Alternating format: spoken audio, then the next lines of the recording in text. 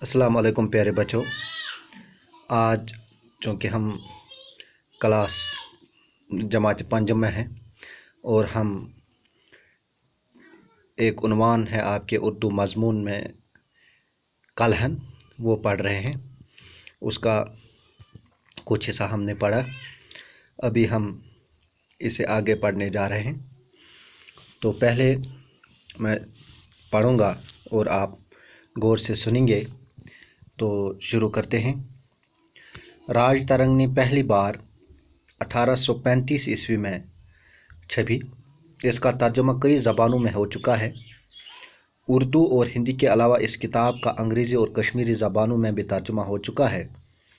ये किताब कश्मीर की कदीम तारीख़ की जानकारी हासिल करने में हमारी बहुत मदद करती है। इस किताब में अशोक से लेकर कलहन के अपने ज़माने तक के 52 हुक्मरानों और उनकी हुकूमतों के बारे में मालूमात दर्ज हैं। इस किताब से कश्मीर के कदीम तहज़ीब व तमद्दुन का भी अंदाज़ा होता है। कलहन अगरचे हुकूमत के किसी ओहदे पर फाइज नहीं रहे, लेकिन वह हुक्मरान तबके के बहुत करीब थे। उन्होंने दरबार का गहरा मुशाहिदा किया था, कश्मीर के मुख्तलिफ़ इलाक़ों और यहाँ की माशरती ज़िंदगी का भी मुशाहिदा किया था। उन्होंने जो कुछ देखा उसे लिखा ताकि आने वाली नस्लें उनके मुशाहिदात से फैज़याब हों। तो यहाँ तक हम पढ़ेंगे। अब हम ये जानने की कोशिश करेंगे कि इन सतूर में क्या है। पहले आपने पिछले लेक्चर में पढ़ा कि जो कलहन हैं वो कश्मीर के नामवर मौरख हैं, पूरे आलम में बहुत मशहूर थे। तो उन्होंने कश्मीर की तारीख़ की एक अहम किताब लिखी जो बहुत पुरानी किताब है, जिसका नाम राज तरंगनी है। उन्होंने वो किताब 1150 ईस्वी के आसपास लिखी थी, लेकिन बाकायदा तौर पर यह किताब 1835 ईस्वी में पहली बार छपी। उर्दू और हिंदी के अलावा इस किताब का कई ज़बानों में तर्जुमा हो चुका है, जिनमें अंग्रेज़ी में भी इसका तर्जुमा हुआ है, कश्मीरी में भी इसका तर्जुमा हुआ है। तो मुख्तलिफ़ ज़बानों में जो चूँकि ये किताब जो है वो संस्कृत ज़बान में लिखी गई थी, अब इसका तर्जुमा उर्दू, हिंदी, कश्मीरी और अंग्रेज़ी ज़बानों में भी हो चुका है और कई ज़बानों में भी इसका तर्जुमा किया गया है। ये किताब कश्मीर की कदीम तारीख़ की जानकारी हासिल करने में बहुत ही अहमियत की हामिल है। इस किताब में अशोक से लेकर कलहन तक लगभग 52 हुक्मरानों और उनकी हुकूमतों के बारे में मालूमात दर्ज हैं।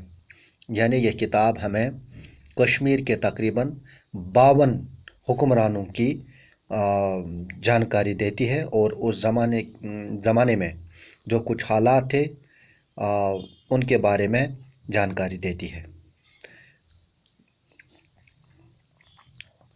कलहन अगरचे हुकूमत में किसी ओहदे पर फाइज नहीं थे, लेकिन वो हुक्मरान तबके के बहुत करीब थे। उन्होंने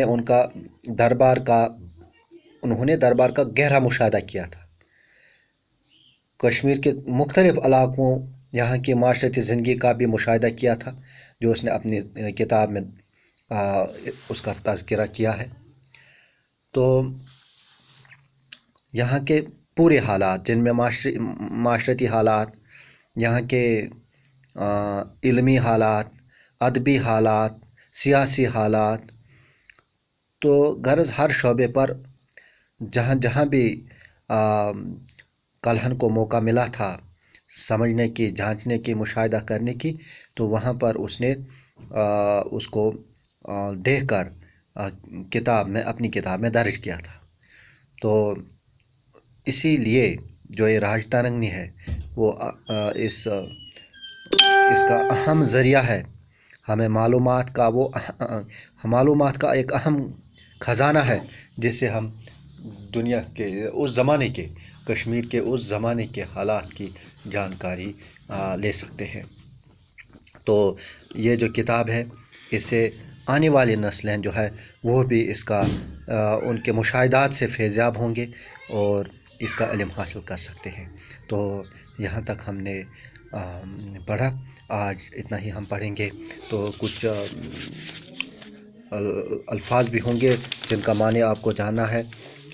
تو यहाँ तक आपने देखे थे काहिस्त एक हिंदू ज़ात का नाम है जो लिखना पढ़ना जिनका काम लिखना पढ़ना था। बेनिकाब करना, बेपर्दा करना खोलना, रवैया दस्तूर कायदा बर्ताव को कहते हैं। रवादार जायज़ रखने वाला, तासुब तरफदारी को कहेंगे। बिदत नई रस्म को कहेंगे। मुशाहिदात देखना, मुआयना करना, मुशाहिदा करना। फैज़याब होना, फ़ायदा हासिल करना।